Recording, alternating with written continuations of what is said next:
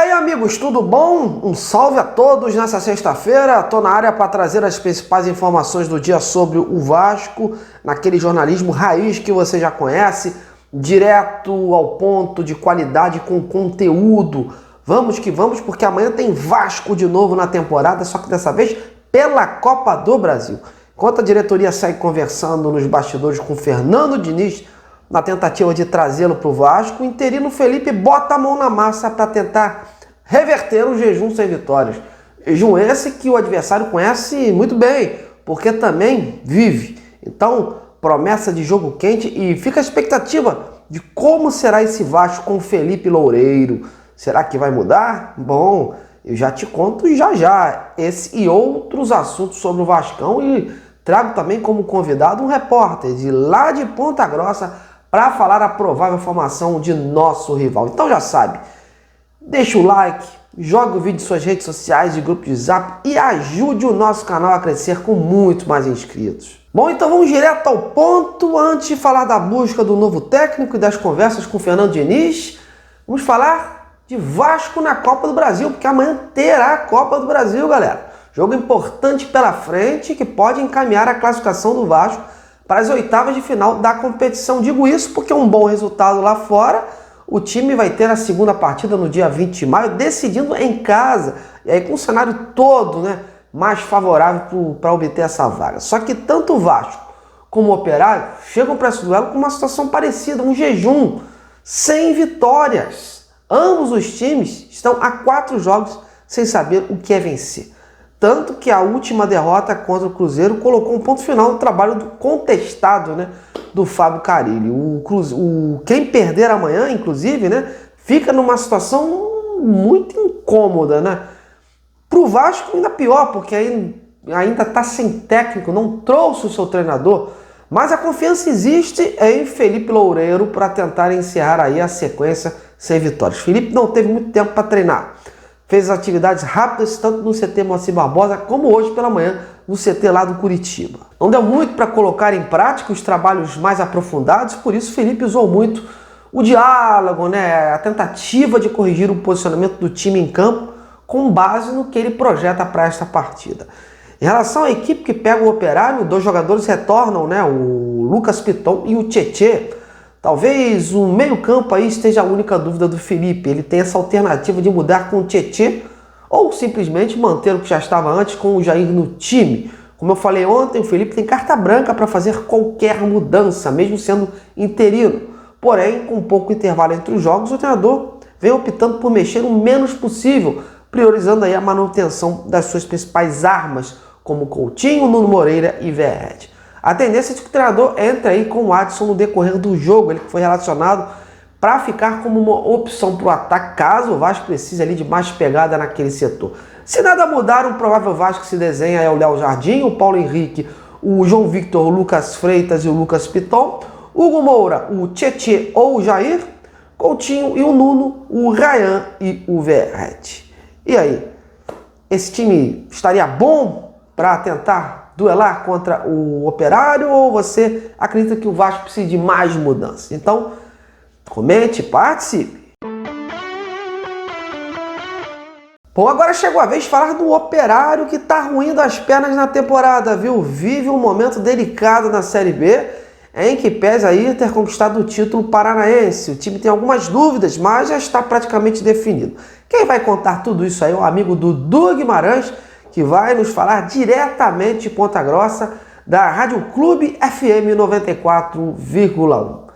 Diga aí, Dudu! Olá, Marcos, um grande abraço a você, a todo mundo que está acompanhando o canal Detetives Vascaínos. Uma ótima noite de quarta-feira para todo mundo, véspera aí do confronto, entre Operário e Vasco da Gama, amanhã, às 16 horas, no estádio Hermano Krieger, aqui em Ponta Grossa, estado do Paraná. O Operário que treinou a semana toda, depois da derrota para o Curitiba na última rodada do Campeonato Brasileiro da Série B, desligou por enquanto a chave do Campeonato Brasileiro e voltou suas atenções única e exclusivamente para esse confronto de amanhã contra o Vasco. Inclusive amanhã, viu, Marcos? 1º de maio é o aniversário do Operário Ferroviário. Amanhã o Fantasma completa 113 anos. Então, no dia do jogo contra o Vasco, é o aniversário do Alvinegro de Vila Oficinas. Fantasma que tem algumas dúvidas aí para o jogo de amanhã. Diogo Matheus, lateral direito, saiu machucado no jogo contra o Curitiba e é dúvida para a partida. Neto Paraíba, outro jogador que já estava lesionado, né, há algum tempo, retornou aos treinamentos essa semana, mas ainda não está confirmada a sua presença nem entre os relacionados, né, no jogo contra o Vasco. Pode ser que contra o América Mineiro, aí sim, no domingo pelo Brasileirão, o Neto Paraíba esteja à disposição do técnico Bruno Pivetti. E aí tem dúvidas lá na frente, né, porque o Operário tem tido muitos problemas ofensivos nos últimos jogos, né? O Operário já está há 3 jogos sem marcar gols no Campeonato Brasileiro e há uma cobrança muito grande, né, de todos em relação a esse mau desempenho do setor ofensivo do Operário.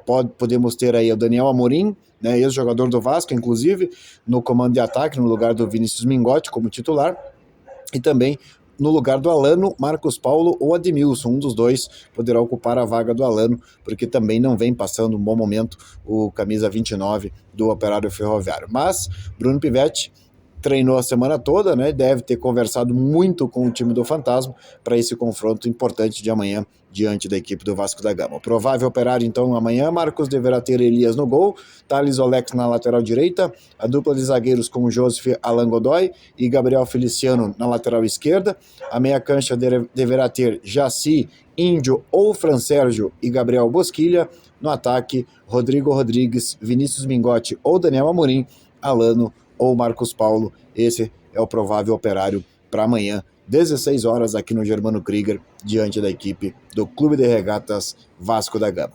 Valeu, Marcos, um grande abraço a você, a todos os que estão acompanhando aí o canal Detetives Vascaínos, direto dos estúdios da Rádio Clube FM 94,1 de Ponta Grossa, Paraná, repórter Dudu Guimarães.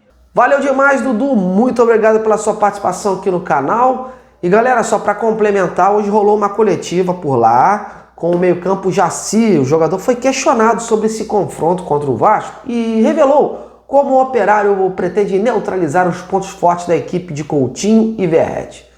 Vamos ver aí. A gente sabe da grandeza do time do Vasco, dispensa comentários, né? A história que o Vasco tem,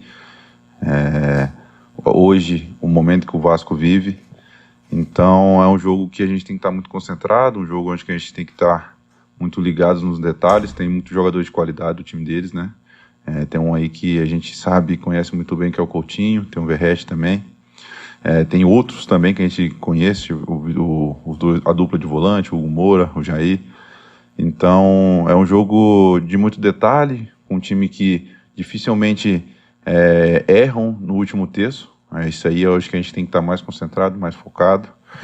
E a gente vai entrar por um jogo grande como esse, respeitando o time do Vasco, como eu sempre falo.